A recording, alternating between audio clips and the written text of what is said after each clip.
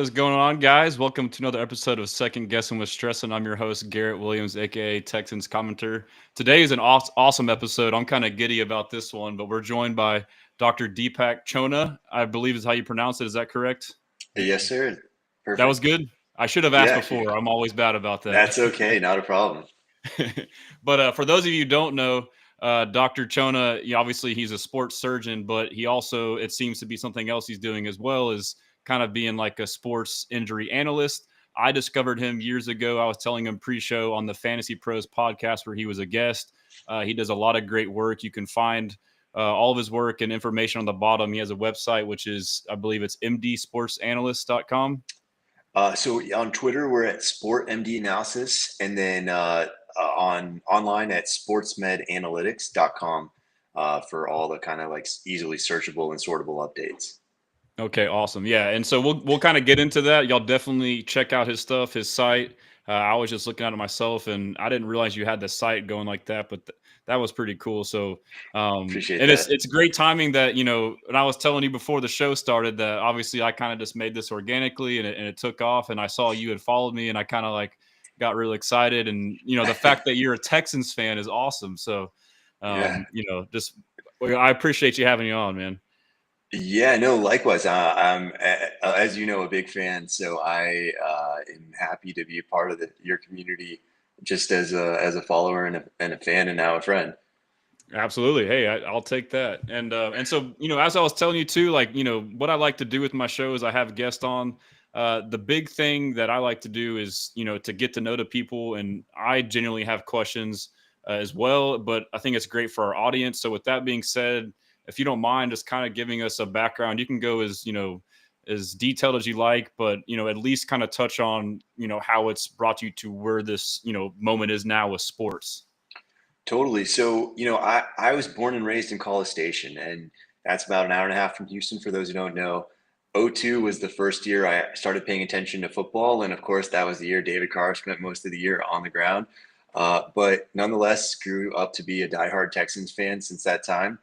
And, now that we have Stroud and we have some good energy, I've been back in Houston for almost 2 years now, which coincided with Stroud's coming in, so I like to say I kind of brought the good energy here.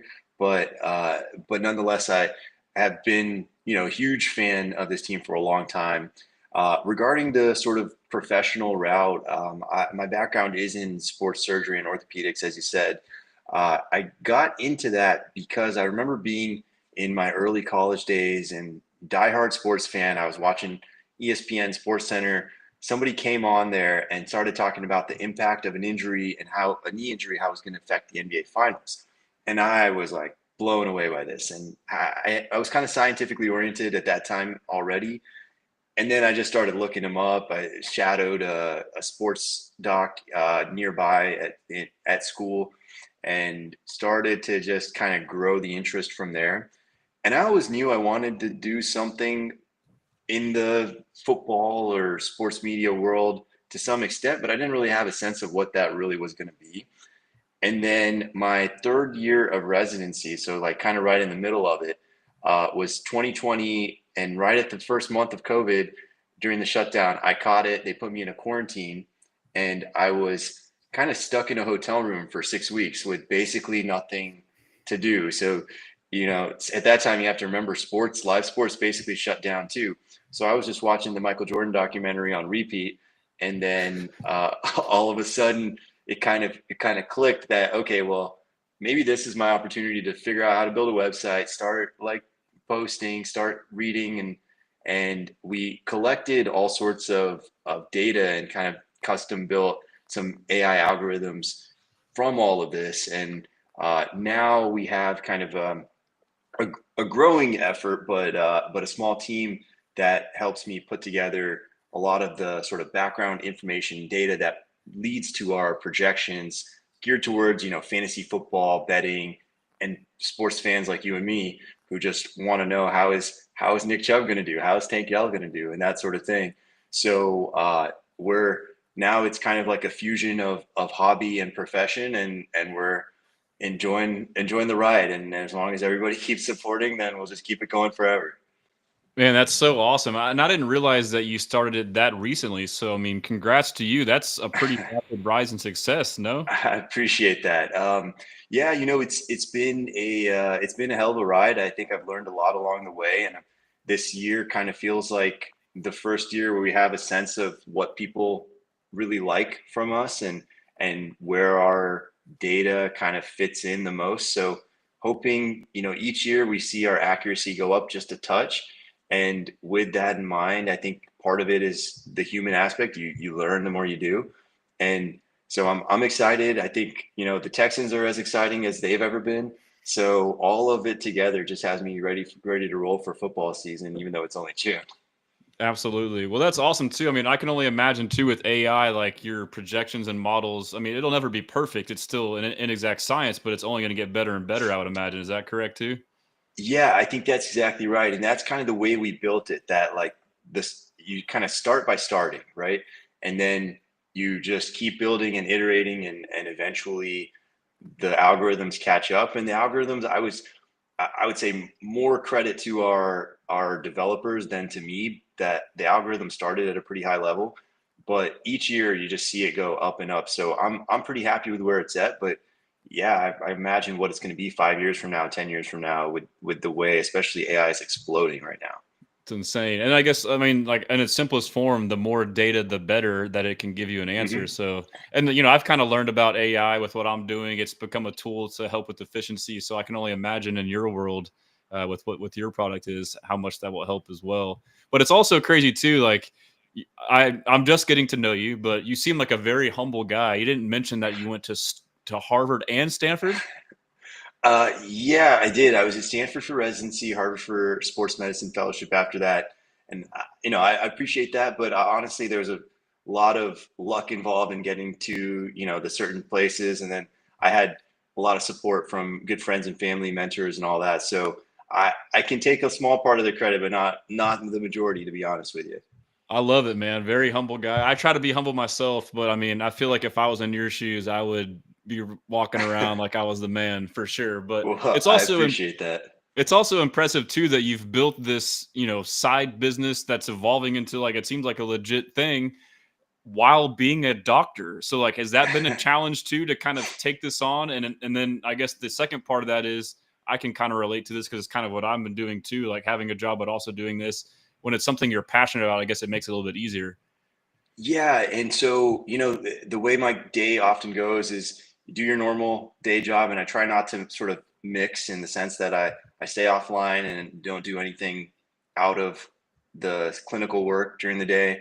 And then in the evening, I'm like itching to work out and then start back up on it. So, it's one of those things that the people around me kind of know that around like June, July, I get real into all of this world again, and then it doesn't really stop until the Super Bowl. So it's a fun. I would say more than a hobby, but it's definitely like there's passion to it. So you're right. It doesn't feel like work. It feels like, all right, let's go see what's happened, because I stay off of it all day, so I'm like itching to see what's been going on in the interim. Well, I can't say the same. I'm in a position where I can basically check my phone whenever. So I'm basically on the internet all day. And it seems like with the NFL, like it can be as in depth as you want. I mean, like the Texans itself, like it's literally a 24/7 news cycle. Like even in the slow periods, like there's always something. So Yeah. that must be a good balance for you to actually, focus on your job, and get that done. So I'm sure people are waiting to get into Texans talk, but I would like to continue just a little bit more, just talking about your background. Just me personally, curious about what you do. You said you're an orthopedic surgeon. Do you specialize in like certain procedures, or is it pretty much generic? Like, Yeah, so it's a good question. The way that orthopedics sort of is subdivided, sports surgeons mainly focus for myself on the knee, shoulder. I do a fair amount of elbow, ankle, and hip surgery as well. But a lot of it is, so like my most common case is probably an ACL surgery. I treat a lot of shoulder dislocations, and it's the type of things, honestly, that you would be seeing in the I NFL. tore my And labrum, and got surgery. okay, okay, you Sorry got to it cut you off. fixed. I'll ask you about it next. Yeah, I'll let you finish what you're saying, and then yeah. No, totally. I mean, I was just saying, a lot of, so I did a fellowship that was kind of half pediatric, half adult in Boston. And as a result of that, a lot of my patients down in Houston are we have patients of all ages, but a lot of them are these like high school athletes who are looking up to the Tank Dells of the world and the Nick Chubbs of the world. So it's hugely motivating for me to be able to tell them like, all right, so this is how Chubb got to where he's going, and this is how Tank Dell's outlook is going to go. And, this is the type of application you can take to your own rehab. And if you really just trust the process on this, look at the results. Saquon Barkley tore his ACL at one point, and I've cited him so many times in the past year to people, just telling them like, just trust the process, stay with the rehab, and you'll get there. And so that probably makes like what you're going to, I'm sorry, you can finish. No, I was just going to say, so it's super gratifying to me to be able to combine the two like that. I mean, what a unique perspective. Like you have someone like me who's a fan, and like I can relate on certain things because like I mentioned, I tore my labrum, had surgery, and there's speculation about Stroud, and like I'm saying like there's no way he tore his labrum, had surgery, because I went through that process. It's way too strenuous. But like, as outside from that, like normal civilians who aren't doctors, nonetheless sports orthopedic surgeons, we really don't know, one, what the surgery and the rehab is like, and two, how they can bounce back. So, but you probably have a perspective where you know what it's like, you deal with the patients, you have follow-ups, you probably stay in touch and see how they rebound, especially athletes. And then now you're also, because you're a smart Harvard, Stanford guy, combining it with analytics, like that's just insane. So, I mean, to me, like listening to you on an injury and like, projecting recovery is like, there's no better resource. I appreciate that. It's, the one thing that really brought it home for me was towards the end of my residency, I actually tore my own ACL playing basketball. And it was so different to see it from the patient side. And I knew, I rolled into the operating room. I knew everybody who was working there. The surgeon was my main mentor. It was a very personal process, but it was so different than what I kind of had seen from the other side when it's really you feeling it. So, there's a lot still to learn, I guess, is what I mean to say. Like you can be in it all the way, but until you kind of experience it on that side too, it's a whole different world. Was that embarrassing for you to go in and see your colleagues and be like, I tore my ACL?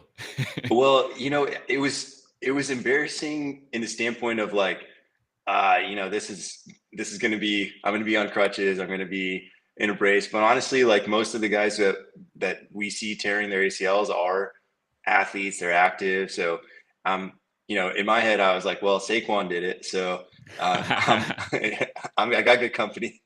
That's good perspective. And it probably is interesting too, like going into it, like you probably felt as comfortable as anybody ever has getting a surgery done because you knew exactly what to expect. And then I guess that being said too, like I know some people like choose not to get anesthetics. Did you do that or no? Oh no, this one's it's very painful. So I would never advise that anybody not have an anesthetic for it. I think take the meds that they give you and recommend, and just stick to the process because it works. I mean, the surgeon who took care of me over at Stanford has taken care of several NFL players before me, so I knew I was in the right hands, basically. Yeah, and I'll kind of wrap up on this end, but like me personally, like I played college football as a receiver at Stephen F. Austin and then Incarnate Word, and I really didn't have any major structural injuries. I had a lot of like soft tissue injuries, and I had a sports hernia before like people really knew what a sports hernia was, and I like Googled it and like told the doctor, I'm like, I think I have this. Like, oh, that's made up. And then finally, I go to a surgeon in Atlanta who's like known for it and diagnoses it and fixes it. But anyways, like I didn't have any major injuries until after, when I was still trying to be an athlete. Tore my labrum playing flag football, broke my wrist, got 9 or 12 screws, a metal plate, trying to ride my nephew's skateboard. That's just me ranting about my injury history, so I don't know if that's relevant or not, but well, it just goes to show that like no matter what you expose your body to at some point, like any random thing can just happen, and that's just how life goes sometimes. So we're here to help you get back to the games you like.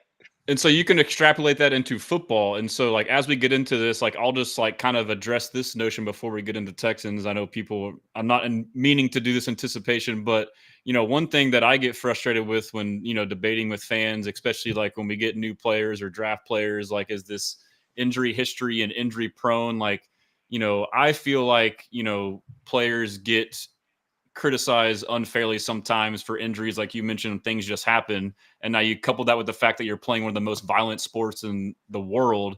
Like, of course you're going to get hurt. And so, like, I don't know where you stand on this, but like, you know, if I'm going to call somebody injury prone, it's going to be for a soft tissue injury. Like, you know, I wouldn't say I was when I had the sports hernia, because that was something that needed to be fixed. It wasn't like, you know, just me not taking care of my body. But like, if someone's repeatedly pulling their hamstrings or, you know, pulling their groins or quads, I would consider that being injury prone. And that person just maybe their body is imbalanced or something like that. Whereas I wouldn't knock someone for a fluke, you know, ACL injury where someone lands on you or you get hit and break your forearm. Where do you stand on that whole topic?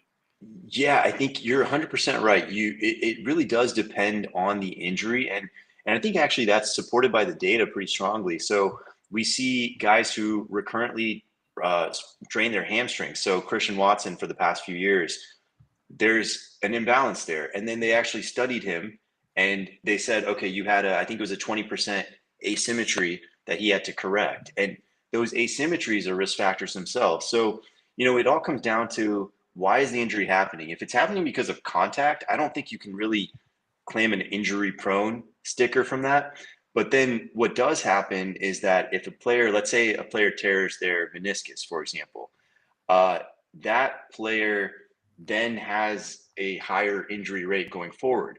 So the injury history does tell us about their injury risk going forward, but it's hard for me to tell you that, you know, even Nick Chubb, who had these two kind of freak major knee injuries, I can't blame that on him in his training in any way. Like you saw how his knee got bent, like whose knee wouldn't have torn there? So that's kind of the way I feel about it. But I also look at it from the standpoint of like, what does the data predict going forward without necessarily assigning blame to the player, if that makes sense. No, it does. And I guess too, like when you say like it, you know, increases re-injury risk, I guess something to point out too is like now if this, you know, part is weak, it may not be the fact that you may re-tear that same muscle. It's just maybe that you now may overcompensate with other muscles and maybe cause a different strain elsewhere. I guess that's part of the puzzle as well.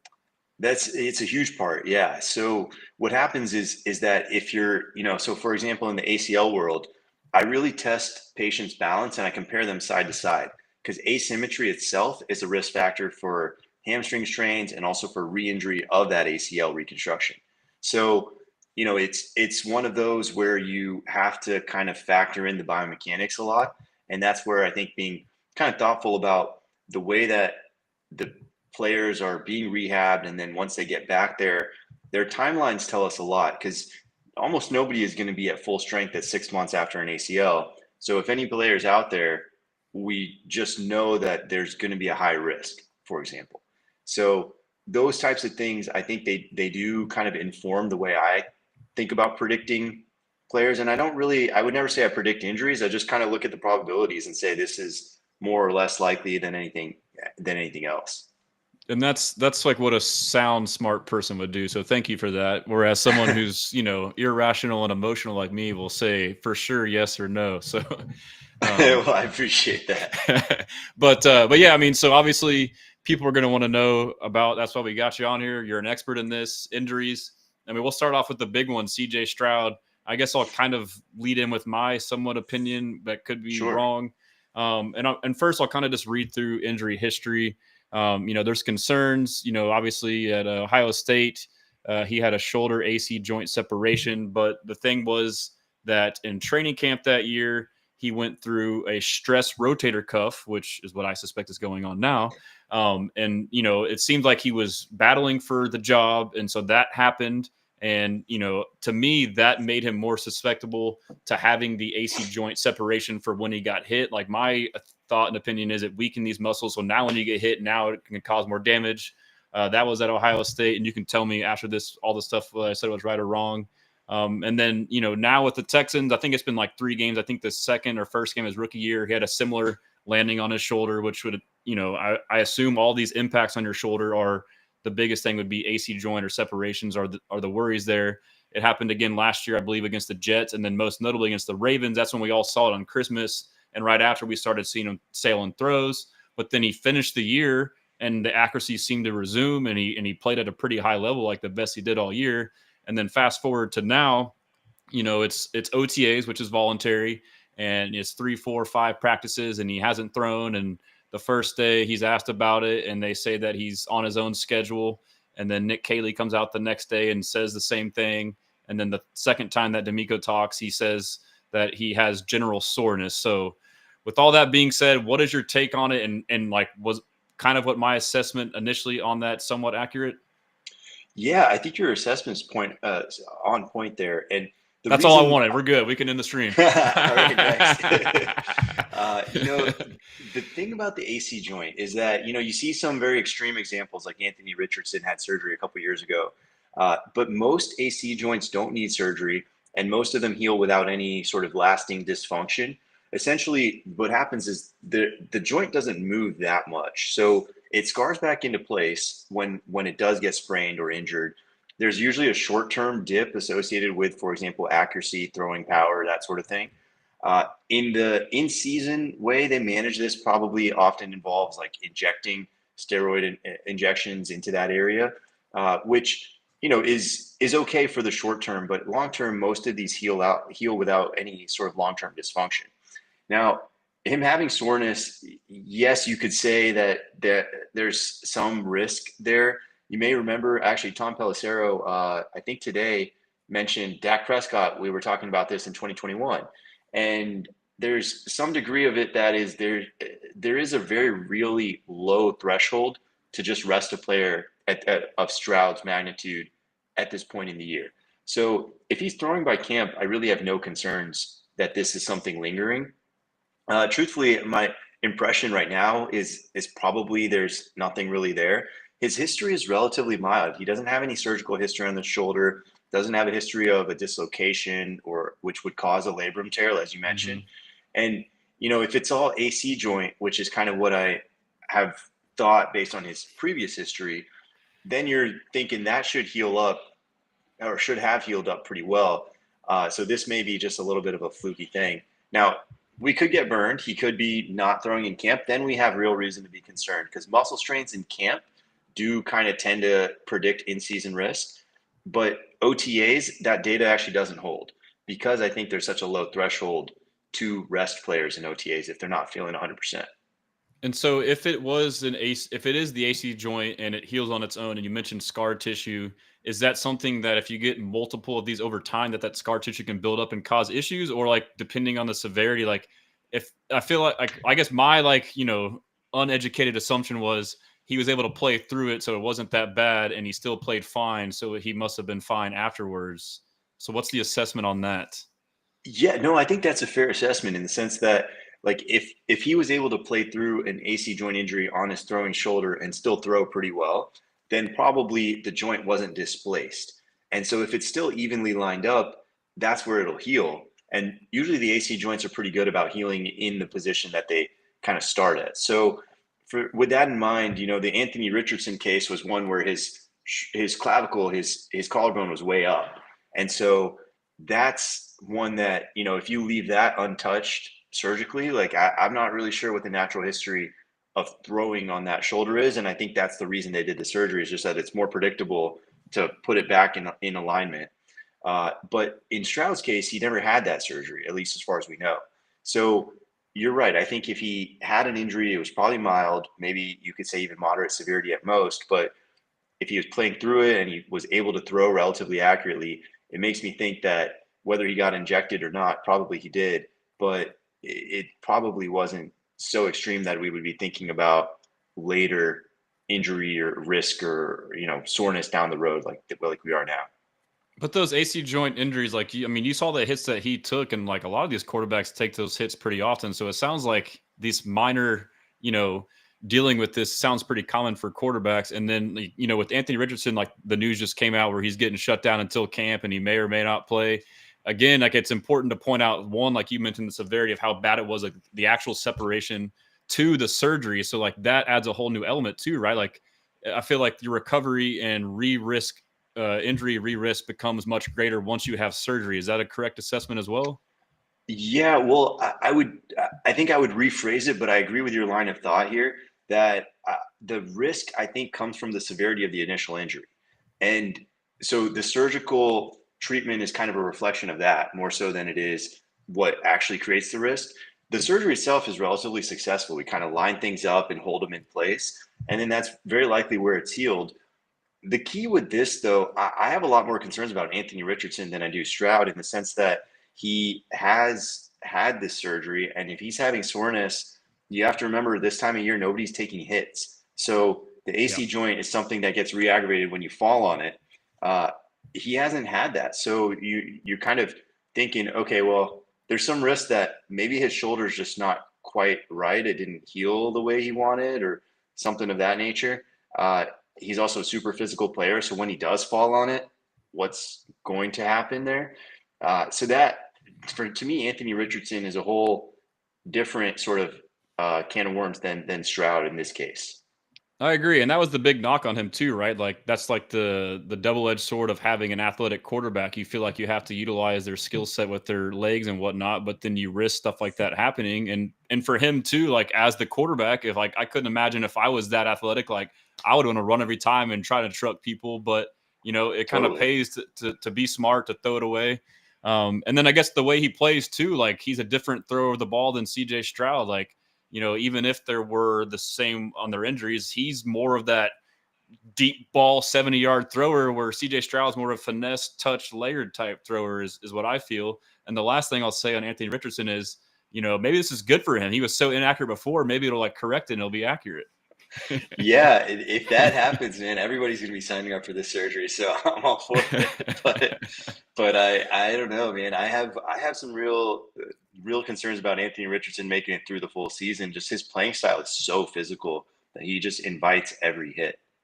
Yeah, and it's and that's why those conversations happen, and it's happening right now. And I guess like to finish up on CJ Stroud, we can kind of just go through the different hypothetical scenarios. So one would be the worst case, which I would think would be like a labrum tear, which we mentioned, which means your shoulder gets dislocated. So like the labrum is what holds it into place, correct?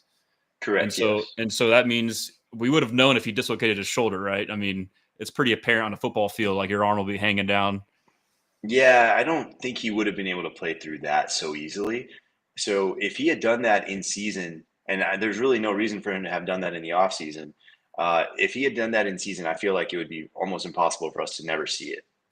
And that would be an intensive recovery. From my personal experience, right or wrong. I was, not even an athlete, but I mean, still, it was hard to move my arm. So we can probably scratch that off the list. I guess next up would be the AC joint injury, which we kind of talked about. It sounds like he played through it. It naturally heals. It shouldn't be lingering now. We talked about how that is a contact injury. So the fact that he hasn't been in contact, I mean, we can probably scratch that off more than likely. Yeah, I would think so as well, because it shouldn't linger this long. Most of my patients, truthfully, even with kind of higher level AC joint injuries, by the time they come back at 6 weeks or 3 months, they're asking, why am I even here? I feel great. So I think it would be very rare, and as you said, he's not taking hits, so I think it would be uncommon for him to have an AC joint injury at this problem. And with all these questions about injuries, I'm not trying to like pin you into an answer, yes or no. And then someone can say, oh, Sure, no, this guy said this. And he's like, so like, don't feel like you have to give me a rigid answer. This is just my own speculation. totally. And so after that, like, this is kind of the thought process I went through. I actually wrote an article and like went through these scenarios. And so next up are like the more plausible one, which is general. Like, and so this is what the Texans are telling us. Like, and I should preface this with, I understand why a lot of fans like are upset and like feeling the way they feel and don't trust the Texans, like with the messaging, like, we'll talk about Christian Harris, but like, that whole debacle, so now, and like you have the Astros, even though it's a separate organization, like in Houston and injuries, it's just a touchy subject. So, but I genuinely think that D'Amico Ryans is being honest and telling us, hey, he's on his own schedule, which means he's sore, and then says he's sore. So it sounds like a plausible scenario is he's sore. And is this common for quarterbacks who throw a lot? Like maybe, he had a disappointing sophomore year. Maybe he went back in the offseason trying to rework mechanics or worked way too hard and maybe stressed it from throwing too much. Is that a possibility? Yeah, it's truthfully probably the most likely, and the level of soreness is also a total variable here, right? Like he could be a little bit sore, and they said it's not worth any risk right now. Just chill out. The first report I saw was actually a pec Yes. strain Aaron or Wilson. soreness.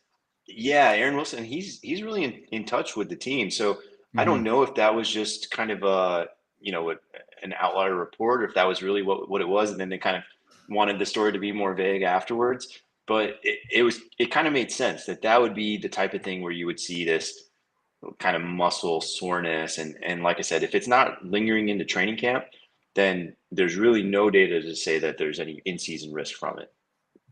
And someone just asked right here, I'll ask Mellow Mike, and I saw this too. There was a video I shared. If his throwing motion is a 3/4 release as opposed to over the top, like would that also aggravate an AC joint? The really the AC joint is more aggravated either from falling on it or when you cross your arm across your body. So, I'm not sure that the throwing height makes a tremendous difference. I think in general, overhead is a little bit harder on the shoulder, but the more sidearm you go, the more it kind of brings strain to the elbow. So it's kind of a give or take, and from that perspective. I don't think that I can really claim his release is really strongly what leads him to any type of injury here. And we got a funny comment from Trevor Royal. Shout out Trevor Royal. He says a simple tweet could have saved 90% of this fan base. But Doc, I'm just saying. That's Hey, I'll funny. keep that in mind next time. I got you. Well, I got you now. I'm gonna get your number and put you on speed dial. Like, hey, Mo, Yeah, please please send out a do. tweet. But yeah, so just kind of going through the scenarios. I mean, that to me also sounds like the most plausible one. I mean, me having played, like my roommate was the quarterback at SFA, and we were in an air raid offense and threw the ball a lot. And obviously, in season's different than off season, but he would get on pitch counts, and I had Coach Dan Casey on, who's kind of like an offensive guy, and that's what he was saying is most likely. Especially, and then I think I shared a video with another coach, but the fact that like we know who CJ Stroud is, he doesn't need to prove anything. You kind of touched on that, like, but that also alludes to we don't know how severe it is. It could be super super minor, and they're just being super super cautious. Which I've pointed out too. The Texans have a notorious history for being very patient with injuries. I'm not sure if you've kind of noticed that with tracking them Yeah. on returns from injury. So, but I guess like the other option would be maybe he strained it from working out. Is that something? And then the other theory is he was out wakeboarding on a wakeboard boat the week before. Maybe he did it wakeboarding. Yeah, I mean, I'm gonna hope it's not the wakeboarding, but regarding probably like the combination of pitch count and when you have some soreness, especially if they are lifting, working out and on the side too, CJ Stroud's a worker just from his progression. So he's not the type of guy who's just kind of trying to slack, so to speak, and as a result, you kind of have to assume that like he's got some real soreness there that they're going to just be cautious with. As you said, he doesn't have to prove himself. He's not fighting for a job or anything like that. So I think that's probably the most likely explanation here. And as soon as training camp starts, the first day of it will tell us a lot. Meaning that if he's throwing and he's back to kind of normal work there, which is what you'd think when you have so many moving pieces on this offense. Then CJ Stroud, I would say I have as you can never say zero concern, but I have as low concern as any quarterback basically in the league at that point.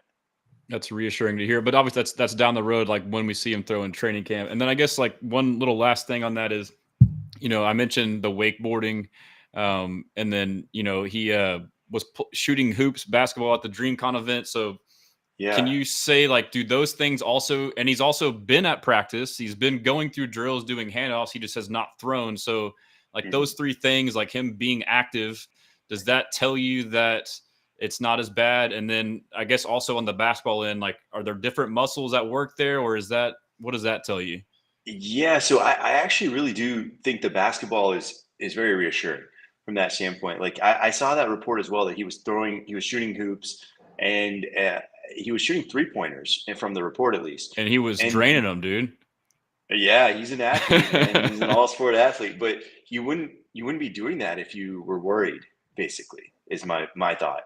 So I just don't think there's really a lot there, to be honest with you. And that's as a Texans fan, yeah, I'm probably biased a little bit, but the 3 point shooting is truly not something you would be doing if you had like any sort of severe strain. Uh, you'd be maybe shooting a little mid range or some free throws, but that's about it. And I guess you reminded me too, like the last thing I didn't bring up as a scenario was like a minor cleanup, which would be associated to an AC joint, I guess would be a minor cleanup, or would that just be from inflammation in general? Yeah, I mean, there's a few possibilities there that would probably, I would say, more likely be like a labrum or an AC joint. With that being said, I think in general for younger patients and for athletes, we've kind of moved a little bit away from some of those cleanup surgeries for shoulders. So I'm not sure. I would have a low suspicion that that's kind of really what it is. They used to do those a lot, and they're kind of just less common now. And so I weren't sure if you were aware, but like, so I went through the timeline of, D'Amico spoke the first time, and then the next practice, Nick Caley spoke. And then, the next week when he didn't throw, D'Amico spoke again. And he, to me, my take is like, to him, it's nothing. So like, he's just like hoping this is a day-to-day thing and it's over, but and rather than like try to like give you more info to freak out about it, media, fans, whatever, he's just hoping it passes. But the second time he spoke, the third time we heard from him and or Nick Caley, he got out in front of it right away and like addressed it, like, "Hey, I'm telling y'all now, like, don't ask me about it." And he got asked one question and like repeated general soreness, and then he got asked, which is a valid and fair question, if he had surgery, and he just ignored it. He's like, "That's it, I'm done." Like he was frustrated. They kept asking, and so people saw that as like, "Oh, like why is he hiding something? Why wouldn't he just say no?" So you kind of saying, obviously major surgery is off the table. Minor surgery sounds like it's off of it. So I don't know if you saw that, but that kind of sounds like that's just maybe speculating too much. Yeah, I mean, I think at this time of year, it's easy to get concerned. I mean, we saw, actually, I think it was on ESPN, they were talking about like, oh, this is a giant red flag, but I just don't think there's any evidence to say that. So, if the guy is shooting three pointers, he's clearly not that concerned. So that's my thought process on it. And like I said, I think day one of camp, we're gonna all look back and say, oh, big sigh of relief. But no, there's no guarantees with any of this stuff. We remember CMC last year, but with that in mind, I would say everything kind of points towards low concern here. And then, like you mentioned, Dak Prescott, I believe his was his non-throwing shoulder, and I think he had a cleanup or something, and they concealed it until training camp. But obviously that's a little different. And so I'm sure that's enough on CJ Stroud's shoulder. So it sounds reassuring. But I guess the last thing on that is tomorrow is mandatory mini camp. So now, like the talk in Houston media is like, okay, now if he doesn't throw tomorrow, now it's time to freak out. So I guess again, you'll probably reiterate, if he throws, great. If not, you're still not concerned Yeah, tomorrow. I would say that's kind of, and that's really coming from the data more than it is anything else, meaning that basically everything that happens before training camp with throwers doesn't predict any in-season risk. So unless it's of course surgery, but that in general, like throwers sitting out, missing some time in the OTAs, even in the mini camps, is still not the same in the data sets as it is training camp. And training camp, if he misses that, then you're starting to really get a little bit of concern level. Uh, but there's just, as far as if you just have to look at objective indicators, there's not really one that I can point to that says he's going to be at risk just by missing even mini camp. Yeah, and I get too, like it's obviously the concern, this is a valid concern, is it's a new offense, new weapons, you got three new receivers. So like that part of it I get. And I guess you think, okay, like if he's hurt, it's gotta be enough to keep him away from that. But again, I would much rather take super precaution with your star quarterback for when it really matters. But hopefully 100%. he just throws tomorrow and it's all done. If not, we'll still be fine. We'll wait till training camp. But enough on that. So I guess we'll go into the next big one. Obviously, today, the big news, the Texans signed Nick Chubb. I'll kind of just run through some of his recent injuries and then kind of get your take on that. But, obviously at Georgia, he had a pretty brutal injury where he tore his PCL, MCL, and LCL, and he dislocated his knee. He came back and had a couple of good productive years at Georgia.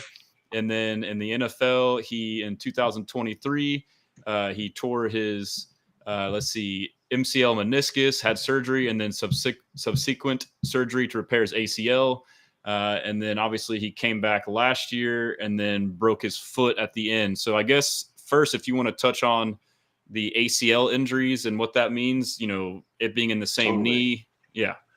Yeah, so these are big injuries, these multi-ligament knee injuries, and especially with the dislocation, uh, they basically so it's I would say much bigger than your normal ACL. But with that in mind, what happens, what we see in the data for these running backs, the first year they come back, it usually averages about 12 to 15 months just to get back. And this is kind of a similar conversation we're going to have about Tank Dell, actually. But the idea being that when they come back, you usually see about a 25% dip in their production, their efficiency, and it takes them several games just to work their way back up in terms of workload. I think we were starting to see that last year with Chubb, but really having had two of these on the same knee in the NFL, as far as I could tell, is unprecedented territory. So you're looking at a freak athlete who had fully recovered from the first one for several years. He was an all-pro player, and then he had the second one. That knee, the inside of that knee, I would have great hesitation to tell you it looks good. Uh, Probably there's going to be pretty significant arthritis in his, I would hate to say it, but probably early 30s inside that knee. And it makes me think that his longevity is really not something we can trust, because that'll probably be the limiting factor. With that being said, his recovery, if you look at last year, yes, he was I believe 3 yards per carry, which is pretty poor. But if you also look at the analytics on it, almost 50% of those snaps that he took, he was hit behind the line of scrimmage. So Mm-hmm. didn't get a lot of help there. And actually, if you look at his last two games, he was a little over 4 yards per carry.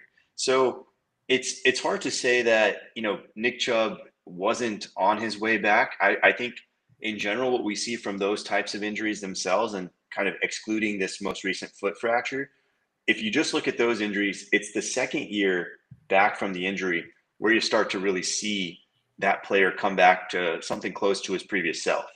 Now, with Nick Chubb, you add in this new foot fracture, and that slows you down a little bit more. The combination is something that does, our data at least predicts him at 85% week one. So 85% of his sort of pre-injury, pre-knee injury self. So that was a pretty good Wow. player. If Yeah, you're I'll take that all day. You get for $5 million, up to five Yeah, million. for $5 million. Now the other aspect of it though is that he's probably the highest risk running back in terms of injury, in-season injury risk in the league. So that's where you're saying, okay, well, I don't know how long he's going to be out there. I do like the idea of having his volume limited, and you have what you think is a workhorse back, and then some depth with Mixon, and if they're keeping Pierce, and then the fourth round, I think it was Hayes that they Woody picked Marks up. at a What do you? Oh USC. yeah, Yep. yeah. So the combination of all of those guys gives you the depth that you're looking for at that position for a team that, if you're going to keep all of them, it tells you they're going to run the ball a lot. And with Nick Chubb, I think telling us that he's going to be out there for like 25 carries a game, probably unrealistic. But you put him in to spell Mixon and maybe be a veteran presence. I don't see anything wrong with that. I think he could be very productive in a limited role. Well, that's good to hear. And so I guess this kind of like we had this convo a little bit earlier about, being injury prone. I guess like, I guess it's two mutually exclusive things that are somehow similar. He had these injuries, not because he's injury prone, that they were freak accidents, but there's after effects because they've happened. You mentioned now Mm, he's more prone to getting injured because of that. totally. But you also mentioned too, like, we're also not expecting him to be what he was, this bell cow 30 carries a game. So, with the ability to just have him be a spell back, maybe 5 carries a game, ease him back into it. Is that's comforting to know that you're not having to force him into that, and now you can kind of maximize and maybe mitigate some of those injury risks. Yeah, I certainly think so. And I think it's all going to come down to volume, because every carry carries a risk. And excuse kind of the double pun there, but the reality is it's all based on like exposure. So if he's out there for 5 snaps a game, that's 1/4 the exposure of a 20 snap a game type of guy. And so that's the way I would think about it. I think that's probably the way the Texans are thinking about it based on the contract they gave him. You're not looking for that 30 carry a game guy, but if you get him in glimpses, I don't think you'd be totally surprised by the time you hit like mid-season onwards. So the beginning of the season, he should be ready. Most foot fractures don't cause a lingering delay for camp readiness, and he did pass his physical, which is also a good sign. The other aspect to it, though, is what is his performance going to be like, and that's where that data says 85% of his efficiency of where he was before, and it doesn't sound like a lot, but 15% is actually kind of a big drop off from a very, very high level player initially when he was the first, you could say, 2 games of 2023, you're expecting a Pro Bowler. So Yeah. I think in limited volume, Chubb has a very promising year here. That's great to hear. Very encouraging as a Texans fan. And then I guess another question on Chubb before we move on to the others would be, I'm not sure if you've seen like the workout videos. Like, how much stock do you put into that when you see him, squatting 500-600 pounds, and you see him jumping? I don't know if you saw the video where he like did the hurdle jumps 2 or 3 and then jumped and hit his head on the ceiling. Like, to me, it's like, if you're doing that, like, you're good. I don't know, but does that kind of change your notion? It does to a degree. Now, like if you put any NFL player on video for their workouts, they're all going to look unreal. So there's a little bit of, you got to take it with a grain of salt, but at the same time, his pre-injury athleticism does predict a higher and a faster return to performance. So we find that one of the biggest predictors of how a player comes back from, for example, an ACL surgery is what his combine percentiles were in 40-yard dash, the broad jump, and the vertical. And that combined metric tells us that players who are in the 90s for all three have a much faster recovery. And that's what you see from the guys like, for example, the Adrian Petersons of the world. And it doesn't fit every single time, right? Like Saquon didn't have an initial burst onto the scene after his ACL. He took a little bit to get back. But it does predict kind of a higher ceiling when they do return and a little bit faster timeline too. So I think, to your point, the extreme athleticism certainly works in his favor. Gotcha. And so, like, it may not indicate where he's at, but it definitely means that he's able to come back maybe more so than someone less athletic. And then I guess another part of that too that we can't really, probably put into data is the mental makeup. I mean, he's already been through this. Like, you just listen to, his words and the way he talks. He seems, you talk about Swarm with D'Amico Ryans. Now I've learned about him. He seems to epitomize that. So I'm sure that plays a factor as well. Is that something you've noticed in athletes in recovery, the mental aspect of it?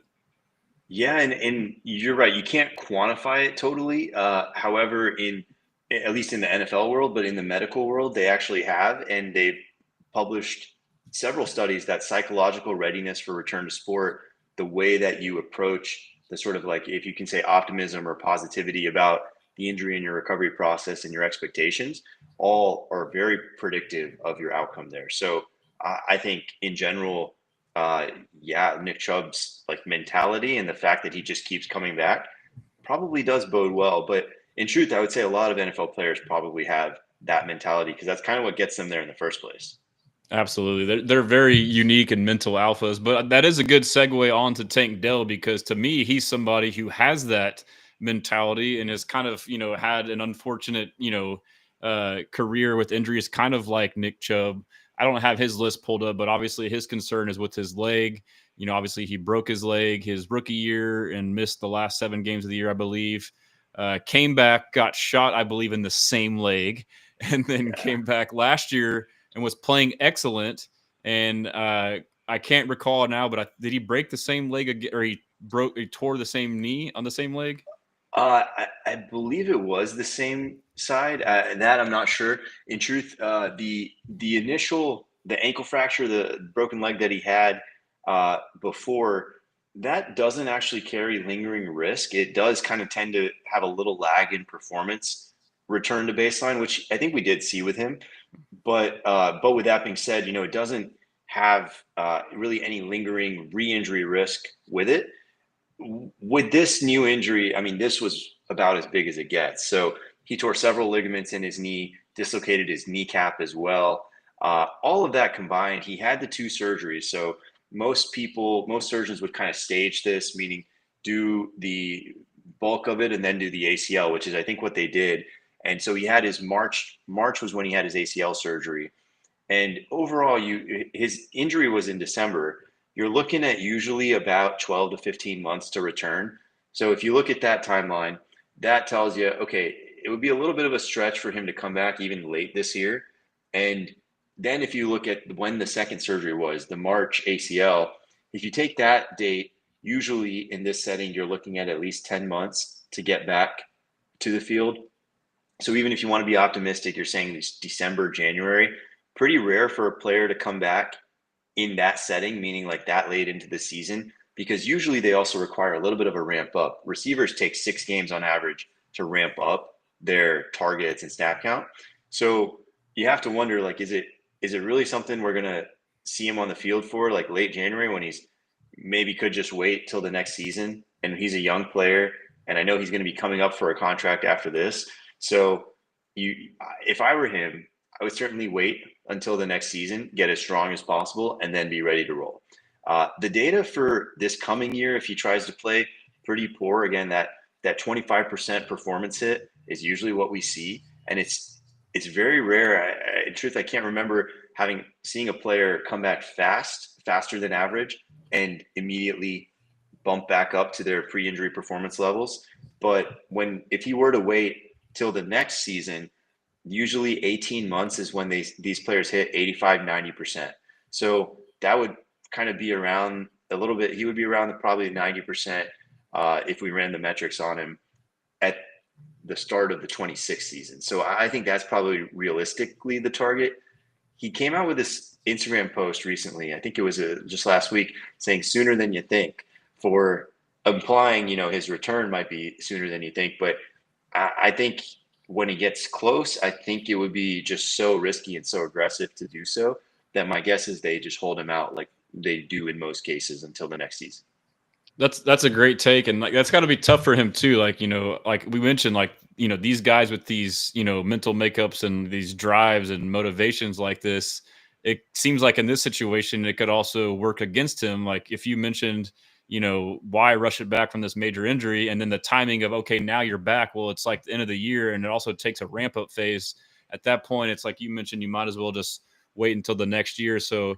I hate that for him. Like I can just see it now. Like that's going to be a struggle between him, the staff, his agent, and then you mentioned the fact that he's coming up for a contract year next year. Like, hey, it's not worth the injury risk. You might as well just wait. So I hate that for him. But I mean, if anybody can, do it, he could. But I hope that you're right and he does, kind of take it easy. But I guess is there anything else on Tank Dell? I kind of lost my train of thought there. No, I'm in agreement with you, I think, in the way I would go about it. There's a question from engineer in the chat that is he altered indefinitely? And I think it's a good question. In general, we've seen J.K. Dobbins have a good recovery from a similar type of injury. Nick Chubb, as we talked about, similar type of injury. The one difference to me is Tank Dell is listed at 165 pounds.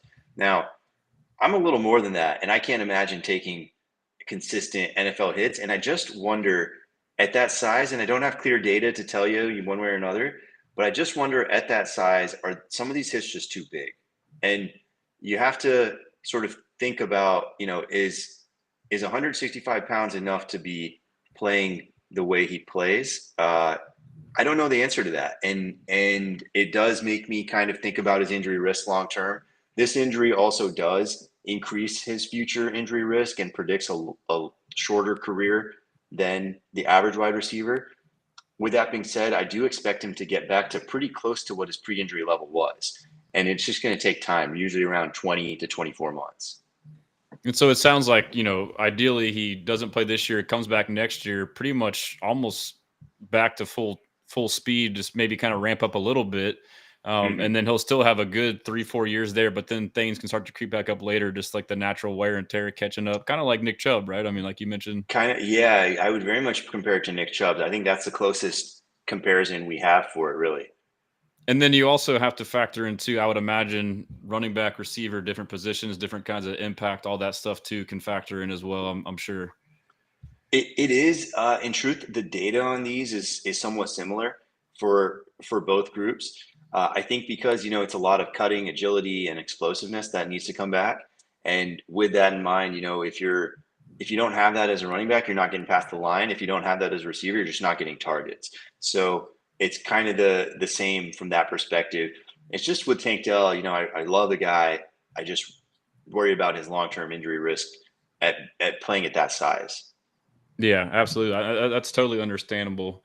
Yeah, so we hope the best for Tank. I mean, like we mentioned, he's got the great mental makeup. I got a poster of him right here, Yeah, I autographed see it poster. right there. That's my guy Tank. But yeah, I guess a couple more players we'll kind of touch on, and we'll kind of wrap things up. But Joe Mixon, again, we talked about the Texans being very tight-lipped with injuries. So I mean, you may not know anything. So if I'm asking you something you don't know, don't feel like you have to speculate on it. But I'm not sure if you've heard the reports, but he was seen in a walking boot, like about a month ago or so at the airport, and then it kind of came out, and Aaron Wilson's been on it, and he's been, I guess with this connection saying it's nothing concerning. Do you have any idea of what that is or what it may be? Yeah, it's to me, it's a little concerning because he has, if you look at his injury history, he missed 1 year about 10 games for a severe foot sprain. And then he last year had that hip drop tackle and a high ankle sprain on the same side. So a little unclear to me why he was in the boot, but at that time point, you wouldn't be really expecting. I mean, he wouldn't have had any recent contact, you would think. So it's almost like a question like Anthony Richardson. Did he re-aggravate something that's been lingering for a long time? I don't have a firm answer for you on that, but I would say that in combination with his age and just his position as a running back, it does lead me to, I would say, a higher than average injury risk in pretty much all of our data. The question becomes, is he going to be normal by training camp? And my suspicion is probably yes. In terms of, does that boot itself raise a little concern? I also would say yes there, though. And so a boot could be for ankle and or foot. It's really kind of a mystery, or do you have an idea of what that could be? The boot is it could be for ankle or foot. There's some rumor, and Forever Royal points it out here, that they're saying Mixon had surgery this offseason. If he did, it was probably to do a tightrope surgery on that high ankle sprain that he had, which would kind of basically pull it back together and hold it there. It's kind of like a firm wire that we put in there. That doesn't tend to cause any lingering performance impact. The question, though, in my eyes is why is he still in a boot? And usually you would see him kind of out of the boot at this point. And most patients are out of the boot by somewhere around 3 months. So I would say, that's the one kind of part of it that doesn't quite add up. Well, he did have a camp at NRG, and CJ Stroud was there like sometime last week, and I didn't really check myself, but I want to say if he was there and had pictures that maybe he was out of the boot. So maybe You're the right. timeline is he just, I mean, that sounds very plausible, and it actually sounds more reassuring than him having some random injury, like him actually having a surgery to correct an issue and doing it after the season. And so, like, would you agree with all that? Like, that's not necessarily a bad thing. It's probably a good thing if that's Yeah, what I we think think that's a fair happened. way of I think that's a fair way of thinking about it. If he had the surgery in the off season and he was in a boot in the post-operative recovery, I think that's very normal. And it's just a question of, like, is he still in the boot? Is he, I think from what I understand of the reports, which are a little bit vague, I would say, it sounds like he's kind of been seen out of the boot as well now. So if that's the case, I have much less concern. But in general, from the tightrope type of surgeries, usually by 6 months, people are fully back to games, and honestly, I mean, much before that, if they're in season. So it's not something that I would expect to really cause a ton of like lingering impact here. But just the fact that he's had it, in addition to that prior foot injury, and this all does kind of lead to some increased risk. The running backs just see a lot of wear and tear by the time they hit 30, and he's, I think, 29 right now. And so, would you want to analyze a video of him walking? Would that help you at all? And or would that even be worth it? Like, if you just know he's walking is fine. Because Sideline Sarah, shout out Sideline It's Sarah. She sent me a Yeah, I video. If mean, you want, I can pull it up and you can analyze it. But if it's like, I mean, well, I the don't know main if it thing is matters. he in a boot or not? Is kind of really the only question in my eyes. If he's not in a boot, then He's I would not. He's not in say, a boot. Yeah. Here. yeah. So that's, I Oh, mean, that's very reassuring. So Sideline Sarah, shout out to you. But here. Let me that, just throw it up there real quick, just to reassure yeah, for sure. everybody, and this will help all of us. First time, shot one more time, man. How y'all doing this morning? Okay, That's the energy I needed right there the first time, man. Hey, all I'm gonna say is right now, this obviously it's an introduction. I appreciate you guys signing up for the camp. I hope you guys have a lot of fun. Ask how many ever questions that you want to. Have some competition. Parents greatly appreciate. Yeah. So I mean, somewhat reassuring. Certainly not really like testing it there, but somewhat reassuring nonetheless. Okay, it looked like a potential brace on there, but okay, well that's good to know. I mean, and I guess there is mild concern now that Mixon may be ramping up, having to get back into shape. If there was a surgery, maybe there wasn't, maybe it was something else, who knows? But and now you have Nick Chubb, who's also going to be ramping up. A lot of us, and myself included to an extent, might have assumed as soon as we signed Nick Chubb, that means Dameon Pierce is out the window. But I mean, but he's also going through some injuries too. So, I mean, I don't know. From what I hear, I don't know if you've heard that. He's been in the training room and. Yeah, with Dameon Pierce, he has a soft tissue history that's a little concerning. As you had mentioned earlier, those do kind of tend to recur for players, especially running backs. With that in mind, though, as far as I'm aware, I'm not sort of strongly aware of any major injury that he's had right now, or at least that's been reported. But he has had, I believe, some hamstring and groin issues in the past, and that, in general, does have some risk.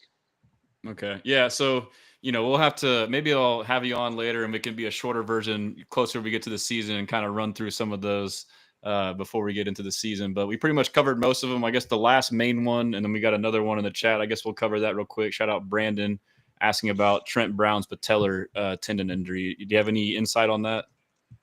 The thing with these patellar tendon injuries is they are pretty huge. They have a big time injury risk or big time performance dip that's associated with them, usually about 20% the first year back. Players average close to a year.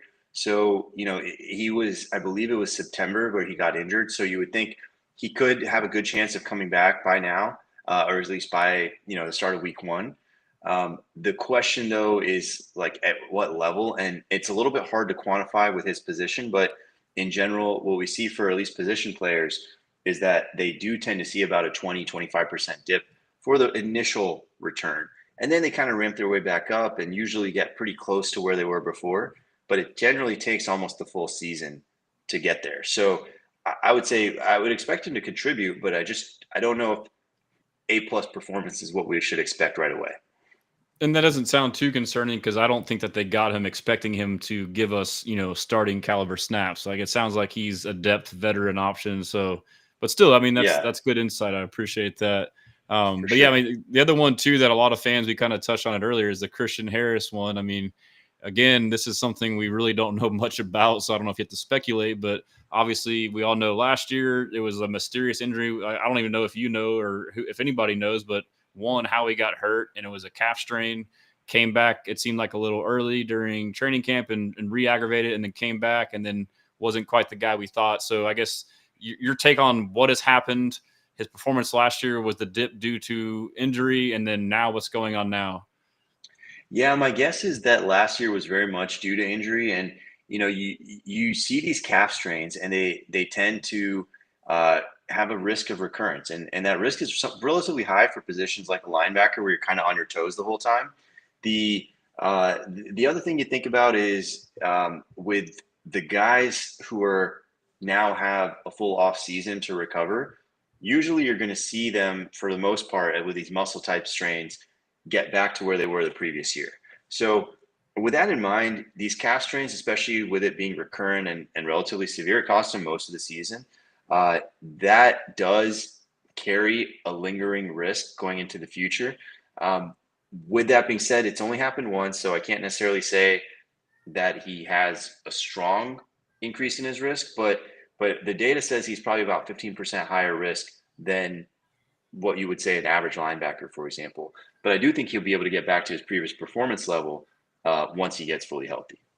Well, that's good to know. So, I mean, so they obviously signed some depth. Henry To'oTo'o emerged. We signed EJ Speed. So that could be looked at a couple ways. Like I've been looking at it as like a bad thing for him, but it also could maybe allow him, to give him time to get back to where he was. And then I would just assume too, like, him not practicing now could be just like CJ Stroud and just their mentality as a whole. Like, why force him out there to practice, right? So I mean, like him not practicing now can kind of be looked at in that same lens as CJ Stroud to an extent. I think so. The one thing that is potentially concerning, and I don't know if it's totally the accurate report, but I did see somewhere that he was in a boot. That would be a little bit concerning. Again, I don't know if it's accurate, and it's one of those where, with a guy like Christian Harris as opposed to like a CJ Stroud, the coverage is just much less. So you're really looking at, a report or two, rather than for Stroud, there's probably like a dozen if you were to Google it within the past day. So with that in mind, I don't have a strong sense of where this one is going, but with the limited info that we have, it does sound like he's going to be ready for week one and kind of getting back in that realm. But I guess it's kind of odd that he came back and played, and then now he hasn't practiced. So I mean, like, if his is a calf strain, and he's a calf strain could be different than a quarterback's throwing arm. Like, I wouldn't assume a calf strain would flare up from running too much in the offseason. Like, and then you mentioned potentially he's been seen in a boot. Like maybe he re-aggravated, or maybe a surgery or something happened. Like, again, we're speculating, but still, like, it's just. Yeah, for if it truly was a calf strain, there's not really a surgery for it. It just kind of has to heal. He may have had some sort of injection type procedure. There was the kind of well-known reports about CMC last year going over to Germany, getting stem cell type treatments. Oh, wow. Those types of things would put you in a boot for some time, but it wouldn't make sense to me that he would have that so close to the season, and rather than like right after the off season started. So there's some unclear details there. The reports, or at least the comments from the team, they're pretty tight-lipped, but nonetheless, they do suggest he's going to be ready for camp and for week one, but kind of on a ramp up during camp. So if that's the case, if he's not participating fully in camp, it does imply an increased risk going into the season for a re-aggravation. Not tremendously increased, but like I said, that 15% number, that's really where that comes from, is the history plus the assuming that he's going to be on a ramp up in camp. Okay, well, that's some good info there. And I guess, it's been over an hour. I'm sorry. I don't want you to be too tired. I'm sure you got some operations tomorrow, but we'll do one more. I would be remiss if I didn't ask about, our top 5 receiver. Someone asked in the chat, Nico Collins. He's had some hamstring issues the past couple of seasons. What do you have to say about him? Yeah, Nico Collins, he does have the hamstring history. For wide receiver, it's not that uncommon, truthfully. And it did look like he came all the way back. My impression is, based on the timeline, it was on this kind of initially maybe the milder severity, and they kind of pushed him back, and then he kind of was forced into playing it conservatively. When these guys have these severe hamstrings, you may remember Justin Jefferson a couple of years ago had a very similar type of situation and missed a whole bunch of time. Hasn't seen a recurrence since, and that's kind of the most common outcome here. Now, I can't say that Nico Collins never will. He's a super fast wide receiver, and those guys in general do have a real risk with their hamstrings. So he's a little bit elevated compared to the other receivers that, for example, your fantasy football fans might be taking in their round ones. But from the standpoint of his overall risk as a Texans fan, it's not somebody I'm like necessarily concerned about. That's good to hear. I mean, because to me, he's been awesome, dude. And I know hamstrings can be tricky, but that's great to hear. And I like the reference to Justin Jefferson, who's now doing just fine. So that's all I got, man. I've really enjoyed the conversation. Before we go, if there's anything you want to add, or shout out you're working on, or obviously your website, anything like that. Well, I just appreciate the community. I loved all the comments flowing in. This is so awesome to be a part of on your show, and I'm a fan just like everyone else of you. So you keep coming, man. We'll be in touch. I'm gonna DM you my number, and you text me anytime there's anything going on. And you'll probably be filling me in on the details, and I'll be figuring it out as we go. Hey, I'm here for you, man. If there's anything Texans, if I don't know about it, then I don't know who will. But yeah, we can say our goodbyes once we get out of here. But that's all we got, fellas. We